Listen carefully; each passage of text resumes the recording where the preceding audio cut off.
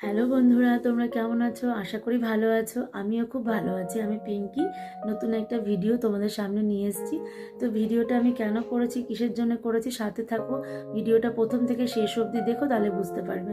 আমি ভিডিওটা করার একটাই কারণ, আমরা দৈনন্দিন আজকালকার দৈনন্দিন জীবনে আমরা প্রচুর লাইফস্টাইলে প্রচুর ব্যস্ত থাকি।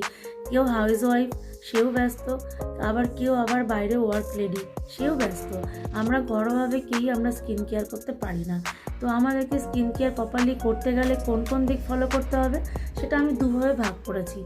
একটা হচ্ছে তোমার ইন্টারনাল, একটা হচ্ছে এক্সটার্নাল। ইন্টারনালের মধ্যে কী কী পড়ছে, আমরা ইন্টারনালের মধ্যে ফেলছি যে আমরা সারাদিন কী কী খাবার খাচ্ছি, আমরা কতটা জল খাচ্ছি, কতক্ষণ সময় আমরা ঘুমোচ্ছি, আমাদের দৈনন্দিন জীবনে আমাদের ওয়ার্কআউট করা উচিত কি উচিত না, আমাদেরকে এক্সারসাইজ করা উচিত কি উচিত না, এগুলো আমরা তার মধ্যে ফেলছি। আর এক্সটার্নালের মধ্যে আমরা ফেলছি যে আমরা কি প্রোডাক্ট স্কিনে ইউজ করছি সেগুলো নিয়ে।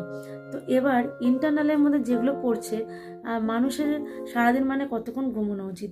একটা প্রপারলি জেনুইন স্কিন কেয়ার করতে গেলে বা কারো যদি শরীরও সুস্থ রাখতে যায়, তাকে 7 থেকে 8 ঘন্টা ঘুমানো উচিত প্রপারলি। আর তারপরে জল কতটা খাওয়া উচিত। জল যদি তুমি দিনে 2.5 থেকে 3 লিটার জল ঠিক মতো না খাও, তাহলে স্কিন ডিহাইড্রেশন হবে, স্কিন অনেক খারাপ হবে, প্লাস তোমার স্কিনে গ্লো থাকবে না, আবার ইন্টারনালও অনেক প্রবলেম হতে পারে। এবার আমরা যে খাবারটা খাচ্ছি সেটা কীরকম খাওয়া উচিত। তৈলাক্ত খাবার বা ফাস্টফুড খাওয়াটা একদমই উচিত না, কারণ এতে প্রচুর পরিমাণে তৈলাক্ত জিনিস থাকে, যার ফলে স্কিনের তেলের পরিমাণটা বেড়ে যায়। তো এবার যাদের অয়েলি স্কিন, তাদেরকে একদমই এই অয়েলি খাবার খাওয়া উচিত না। আচ্ছা, এবার আমাদের তো সবারই খুব প্রচুর পরিমাণে স্ট্রেস থাকে, এমন কেউ নেই যে কারোর স্ট্রেস নেই। এবার স্ট্রেসটাকে কমাতে গেলে কি করতে হবে, আমাদেরকে মেডিটেশন করতে হবে বা এক্সারসাইজ করতে হবে। মেডিটেশন করলে, শরীরটাকে ফ্রি রাখলে বা এক্সারসাইজ করলে আমাদের স্কিনের স্ট্রেসের যে ছাপটা পড়ে সেই জিনিসটা আসে না। এগুলো তো গেলে ইন্টারনালের মধ্যে।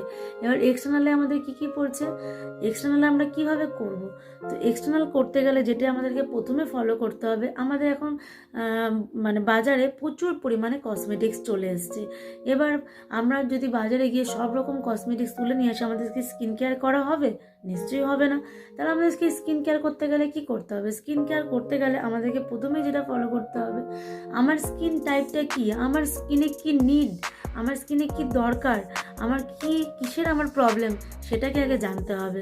সেটাকে জেনে আইডেন্টিফাই করে আমাকে প্রপার প্রোডাক্টটা আমাকে ইউজ করতে হবে, তাহলে কিন্তু আমি রেজাল্ট পাবো।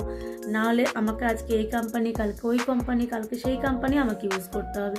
সেই জন্য যে কোম্পানি ইউজ করো, সেই কোম্পানি কিভাবে তুমি ইউজ করবে, কি প্রোডাক্ট তোমার স্কিনে দরকার, সেটার জন্যই আমার এই ভিডিওটা করা।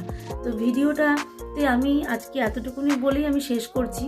নেক্সট যে স্কিন টাইপ বা স্কিন কেয়ার নিয়ে বলবো, সেটা আমি নেক্সট ভিডিওতে বলবো তোমাদেরকে। তো সাথে থেকো। কেউ যদি আমার চ্যানেলে নতুন হয়ে থাকো, চ্যানেলটাকে সাবস্ক্রাইব করে দিও, বেল আইকনটা প্রেস করে রেখো। যখন আমি নতুন ভিডিও আপলোড করবো, তো তোমাদের ফোনে নোটিফিকেশান যাবে।